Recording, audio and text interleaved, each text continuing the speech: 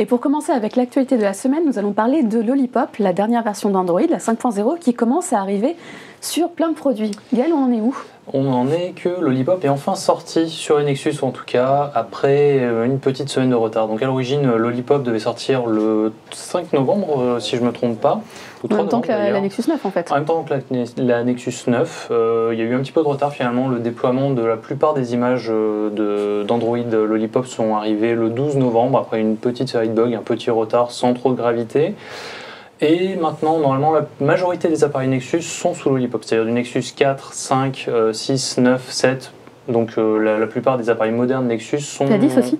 Et la 10 aussi, n'oublions pas, assez mal d'ailleurs, sont maintenant sous Lollipop. Et les constructeurs tiers, alors on en est où ? Et alors les constructeurs tiers se tirent la bourre actuellement pour dire c'est moi le premier, moi je serai plus rapide que les autres. Actuellement, on a Nvidia et Motorola qui sont les deux bons élèves. Nvidia tout particulièrement puisque... Parce que Motorola, on l'attendait forcément, c'est lui qui fait le Nexus 6. Motorola, on l'attendait, mais il n'y a pas trop de soucis.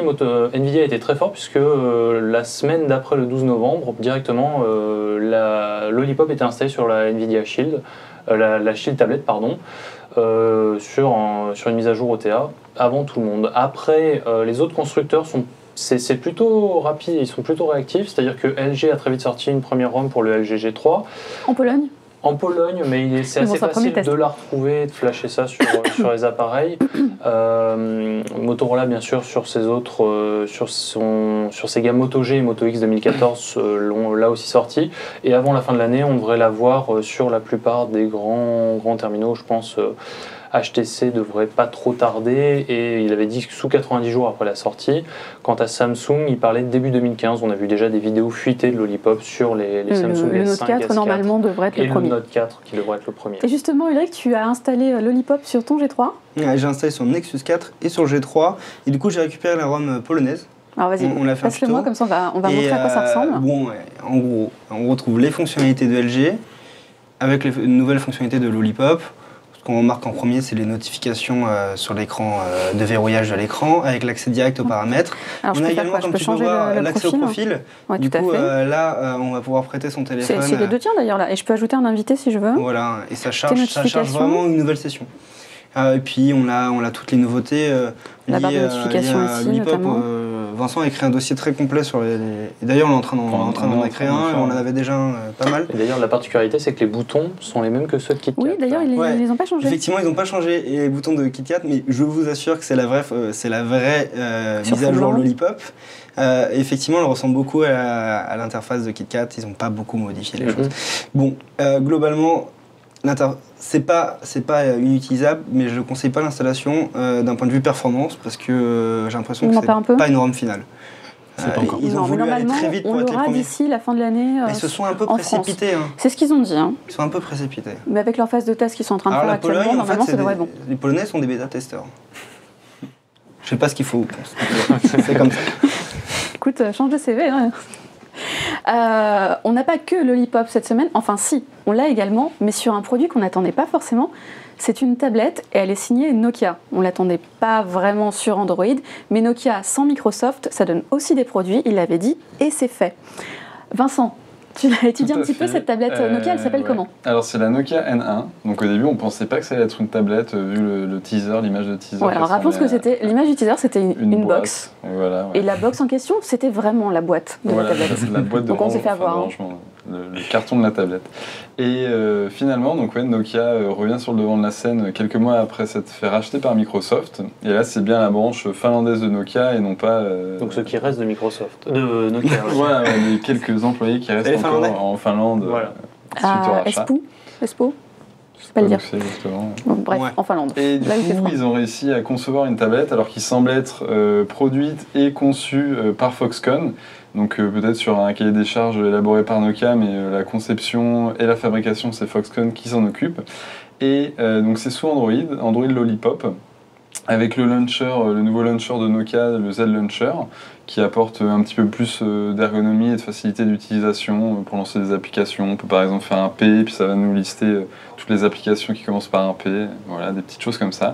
Et c'est un iPad mini-like ou un iPad mini killer, on ne sait pas encore, il faudra attendre de la tester. C'est pas une Nexus 6 killer ? Nexus 9, Nexus killer. 9 peut-être aussi. C'est Ouais. aussi ça. Mais elle est moins chère donc, parce qu'elle arrive au mois de février en Chine à $249. Un bon prix. D'un bon prix. C'est assez enthousiasmant. C'est pas cher parce que du coup elle a quand même des bonnes spécifications. Déjà elle a un dos en aluminium, ce qui fait tout de suite penser à l'iPad avec des bords arrondis. Et à l'intérieur on retrouve pas mal de performances, une bonne batterie, avec Android Lollipop, donc ça donne vraiment envie. Et à première vue avec les images qu'on a, les photos, ça a l'air d'être bien fini. Donc on a hâte de tester ça. C'est quoi, c'est du Bay Trail? C'est un Atom, voilà. 64 bits. Ouais, quad-core. D'ailleurs, ça doit pas mal utiliser les de nouveautés qu'il y a dans Lollipop. Voilà, A priori, oui. Et ils sont Supporte laissés le temps de 64 lancer en février-mars. Après, Intel, on commence à les voir un peu partout. Mais... Ouais, de plus en plus, ouais. Avec en plus, la puce graphique, c'est la même que sur l'iPhone 5S, qui est quand même réputé pour être assez performant dans ce domaine. Donc ça doit aussi donner des belles performances en jeu. C'est pas le prix que aurait dû avoir le Nexus 9, au passage. Mais... On en parlera pendant le test. Ça, c'est une autre question. Bon, cette tablette, elle met l'accent sur le design. Il y a une autre tendance design qui se manifeste en ce moment, c'est la course à la finesse. Et on la voit notamment chez les marques chinoises type Oppo ou Vivo, qui en ce moment rivalisent pour nous proposer des smartphones sous la barre des 5 mm, ce qui fait vraiment pas beaucoup. Eh bien oui, exactement. Alors, on avait déjà eu quelques offensives l'année dernière avec des smartphones qui se rapprochaient de 7 mm, 6 mm. Mais cette année, voilà, et spécifiquement ces derniers temps, on a vu apparaître pas mal d'annonces de smartphones qui sont même en dessous de la barre des 5 mm. Donc je crois que le Guinness peut même plus se mettre à jour parce que là, ça va trop vite. Voilà, le Guinness était bloqué sur l'Oppo R5 et puis finalement d'autres smartphones, sur le Gioni. Le Gioni, c'est le eLife S5.1. Pour 5,15 mm. Et exactement, le Guinness est resté bloqué là-dessus et depuis ça s'est fait dépasser. On a 3 marques à citer, il y a le Vivo X5 Max qui est à 4,75. Qui devrait être à 4,75 et qui est, je pense, le détenteur du record aujourd'hui. Juste au-dessus, l'Oppo R5 c'est pas facile, hein. À 4,85 mm d'épaisseur. Et ensuite, il y a le Tornado 348 à 5,1 mm d'épaisseur. Voilà, qui est en fait le cousin du Gioni, qui a été juste rebrandé et refait un petit peu, mais avec la même coque. D'ailleurs, on a le Vivo sur le plateau. Je le vois pas. Vous ne voyez pas, c'est normal, on monte la tronche. Est-ce qu'on va s'attendre avec gros compromis? Alors, c'est quand même la crainte qu'on a quand on voit les téléphones aussi fins. Forcément. Nous, les compromis, on les regarde surtout du côté de l'écran. Parce qu'on n'a pas des technologies récentes d'écran, on a des vieilles technologies sur lesquelles ils ont amélioré justement l'empreinte en épaisseur. On a aussi, en termes de connectique, c'est-à-dire ils n'ont pas tous un port jack, ce qui est quand même dommage pour un téléphone de ne pas avoir de port jack. Mais quand on regarde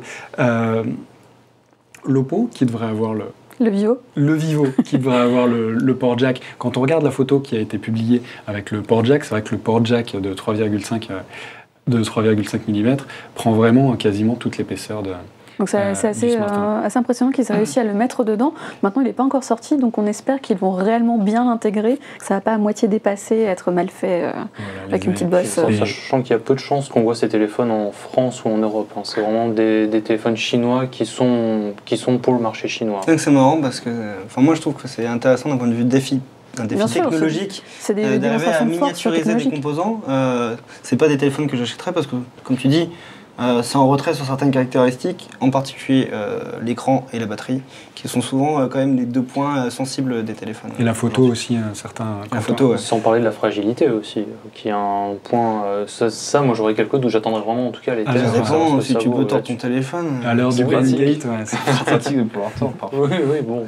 Mais c'est agréable, je trouve, d'avoir en main un téléphone vraiment fin.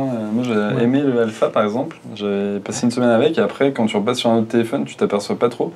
Mais quand tu reviens dessus, sur le Alpha ou sur un téléphone qui est aussi fin, tu te rends compte quand même que c'est super agréable. Ce qui est intéressant aussi, c'est que avec l'épaisseur, ils ont travaillé aussi sur la légèreté. Et donc, on a aussi des téléphones qui apparaissent en dessous des 100 grammes. Et donc, qui sont vraiment très légers. Les technologies de batterie sont encore pas assez avancées pour qu'on puisse vraiment profiter de téléphones comme normalement, ça. les capacités sont les mêmes, c'est 3000 mAh. Un peu moins quand même, elles sont un peu plus de 2000, mais pas forcément. C'est suffisant. Oui, mais tu peux. Enfin, faut voir l'optimisation derrière. Il donne envie. Moi, je trouve que c'est déjà une prouesse en termes de design. Comme ça qu'il y a pas mal de concessions. Par contre, regarde souvent l'appareil photo il dépasse un petit peu. C'est le problème. L'appareil photo, faut aussi. a pas de secret. Je parlais du port jack tout à l'heure. Je rajoute aussi l'extension en micro SD. Et ils ne sont pas vendus avec énormément de mémoire interne et il n'y a aucune solution du coup pour l'augmenter. Ah ben, on met des nano SIM, on n'a pas forcément non plus la place pour mettre une prise supplémentaire pour une carte. C'est un petit peu dommage. Exactement. Mais bon, on verra tout ça en tout cas, ça devrait sortir d'ici quelques semaines ou quelques mois. Et je pense que d'autres marques devraient aussi continuer à proposer des smartphones concurrents.